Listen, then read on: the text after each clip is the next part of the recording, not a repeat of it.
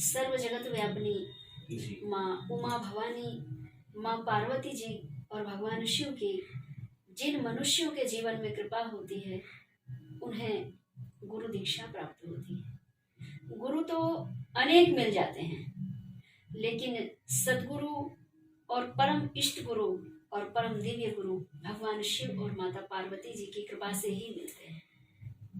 क्योंकि गुरु अनेक मिलते हैं, इसका मतलब ये है कि सर्वप्रथम हमारी गुरु तो माता ही होती है, जो हमें उदर में ही संस्कार प्रदान करती है।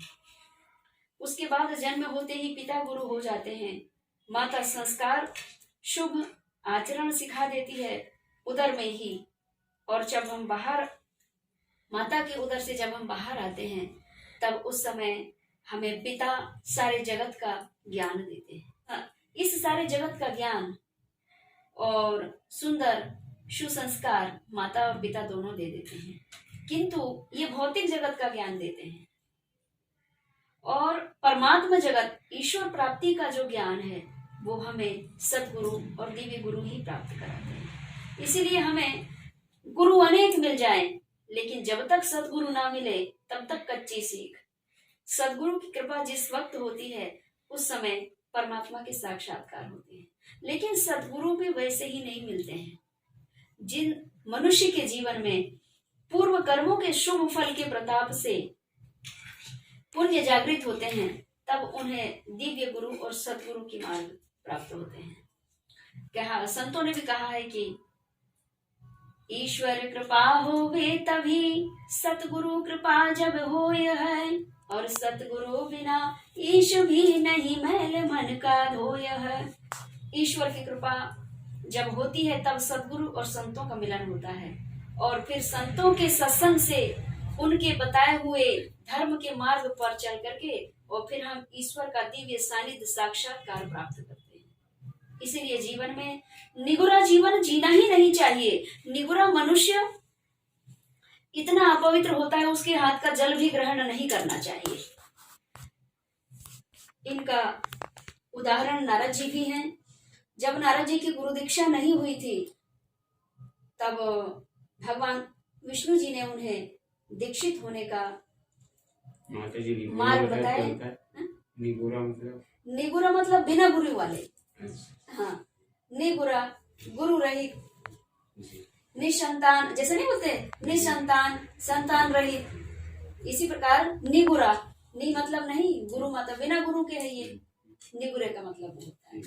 और एक भाषा में इसे मनमुखी भी कहते हैं। पहले हमारे बुजुर्ग हमारे सियाने कहते थे ये तो मनमाने तरीके से जीता है, मनमुखी होके जीता है। तो मनमाने कोई हमारे ऊपर दबाव डालने वाला नहीं है कि भाई तुम कुमार्ग में क्यों जा रहे हो, सतमार्ग में आपको जाना है। तो सतमार्ग का रास्ता दिखाने वाले हमको प्राप्त ही नहीं हो पाए, और जब हमें सतमार्ग का रास्ता दिखाने वाले हमको प्राप्त हुए तो ये ईश्वर की कृपा ही है। और गुरु रहित गुरुमुखी होकर जीवन जो मनुष्य जीता है और अपने परिवार के जीवन को गुरु चरणों में समर्पित होकर के ईश्वर की भक्ति में लीन होकर के और जो अपने जीवन को यापन करता है, जीवन चलाता है, उसका तो ये लोक भी सुधर जाता है और परलोक भी सुधर जाता है। हाँ। गृहस्थ जीवन बड़ा अच्छा जीवन है, परम सुख की आनंद की प्राप्ति होती है, परम आनंद की प्राप्ति होती है। किंतु गृहस्थ सुख में परम आनंद तभी होगा वहां जब तक ईश्वर भक्ति होगी। ईश्वर भक्ति जहां नहीं है तो वो गृहस्थ भी पशु के समान है।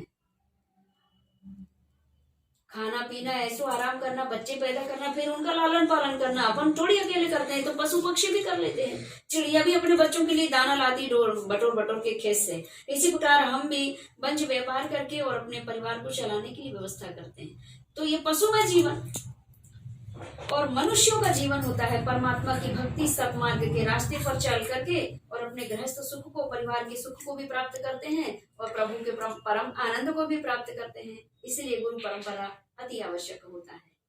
ऋषि कुल परंपरा, गुरुकुल परंपरा जब हमने धारण कर लिया और हम अपने परिवारजनों को भी उसी मार्ग में ले जाते हैं तो वहां फिर ईश्वर का साक्षात सानिध्य प्राप्त होता है।